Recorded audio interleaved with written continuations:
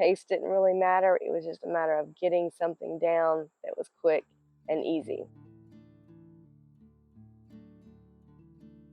Hey friends, welcome to Homestead. And if you are new here and we've not met, my name is Hope, and I am passionate about simplifying my life and my health, and I am sharing the journey that I am on with intermittent fasting and all the things that I'm doing to try to simplify my life as well. I'm still early in my journey, but if there's one thing that I learned in the very first month of this way of eating is that this is something that I can stick with. So I want to share what is working, what's not working, what I'm struggling with, and what I'm learning along the way. So today's video is just a little different because, well, sometimes you go looking for something and you can't find just exactly what you're looking for. So sometimes you have to create it. And that's kind of what I'm doing in today's video.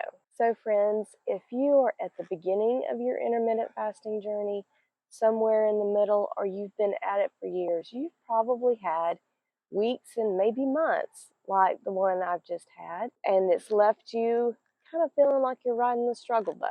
If you fit into one of these categories, then this video is for both of us. You see, it's been a rough week at our house. My husband contracted COVID, and then I came down with some sort of flu. It wasn't COVID, but it definitely felt bad either way. I don't know how we managed to make it 3.5 years into the COVID world before one of us contracted it or knew that we had it, but here we are.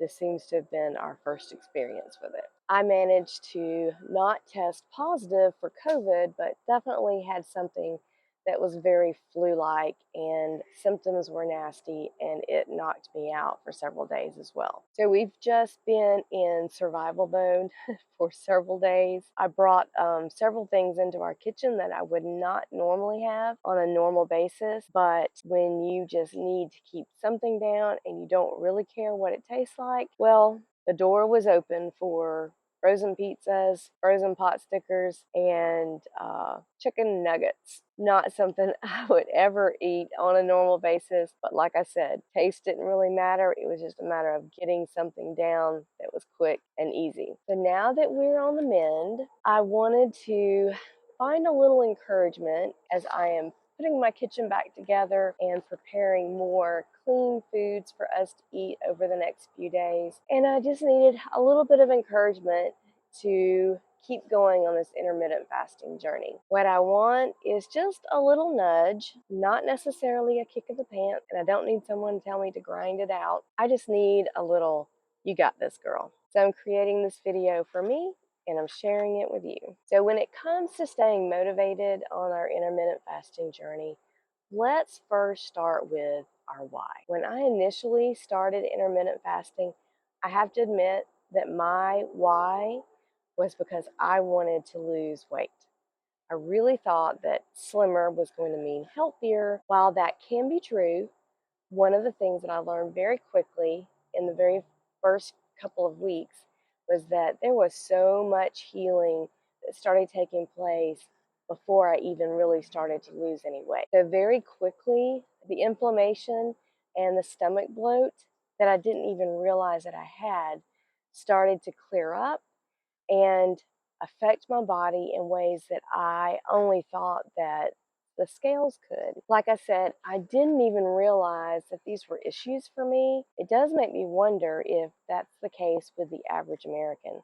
We just have no idea how much inflammation and stomach bloat and digestive issues we have that we're dealing with on a daily basis. Another thing I wonder too is how much of the healing that's already starting to take place in my gut had an impact on how quickly I recovered from this flu bug that I dealt with. Normally, when I get sick with the flu, I'm down for a good solid 7 days. This time, I basically was really down for about 2.5 days, and then started to recover. Now, I'm still in the recovery mode with the voice, but I am feeling so much better. Secondly, staying motivated while intermittent fasting requires me to be realistic about my goals. I know that I need to be intentional about setting goals for this way of eating that I know that I can stick to.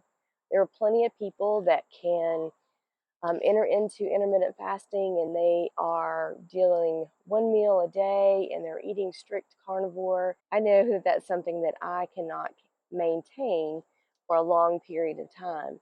So I'm setting the goal as being a little bit less than what I think I can do.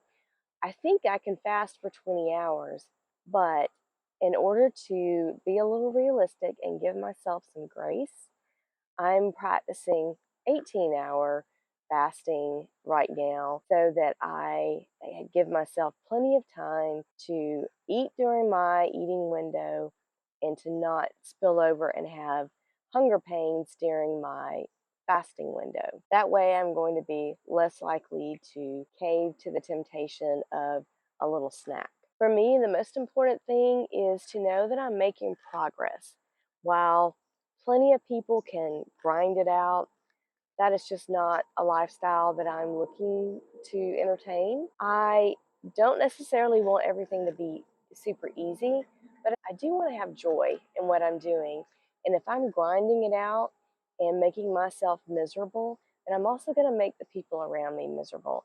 And nobody wants to be around a grumpy hope. And I'm also going to just end up being disappointed in myself if I can't keep up with it. So setting realistic expectations is something that I know that I need to work on. Thirdly, sometimes I know that I'm going to need to borrow other people's success and piggyback on their celebrations. So, one of the things that I enjoy doing is listening to the success stories of other people.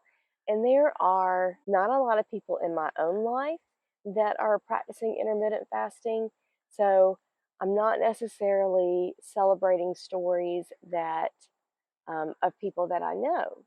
Sometimes that comes from podcasts that I listen to. There are three different ones that I am enjoying right now.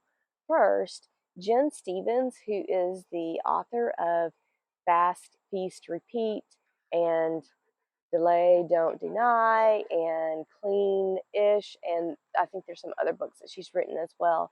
But she has a podcast just called Intermittent Fasting Stories. And she interviews people from her community. And the stories are always varied. A lot of the people have not been intermittent fasting for 10 or 12 years. A lot of them have only been fasting for, maybe a year or so. The stories are just anywhere from, you know, someone who's lost 15 pounds to just healing gut issue problems to other success stories that where someone has lost 100 pounds and kept the weight off. Each story is its own. And I really love that. There's another YouTube channel called Intermittent Fasting Foodie. And on that channel, Jackie, the host of the channel, does a lot of interviews as well with different people that she's met. A lot of these are people who are currently still in their journey, and that's encouraging to me as well. And then another channel that I'm really enjoying, this is a YouTube channel, and it is called 6 Miles to Dinner. And the host is Kayla Cox.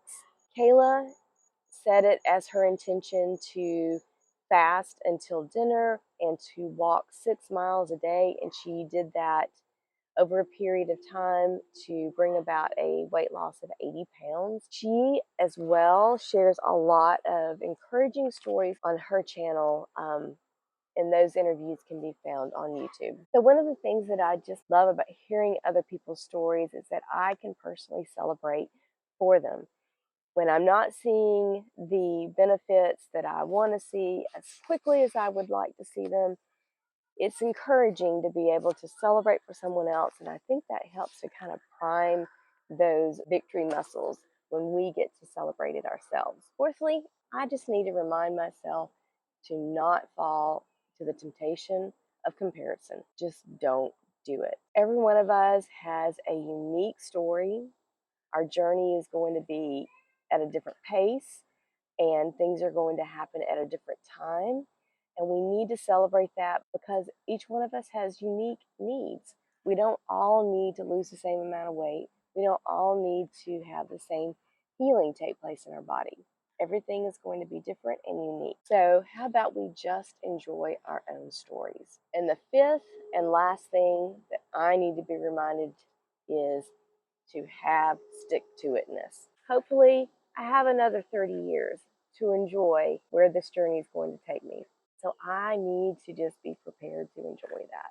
Also, our stick-to-itness is going to help create the story that's going to be an inspiration for somebody else later.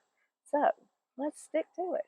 I hope that you have been encouraged and felt a gentle nudge, not a kick in the pants, just a gentle nudge to help you stay motivated on your fasting journey. Well, that's all I have for today.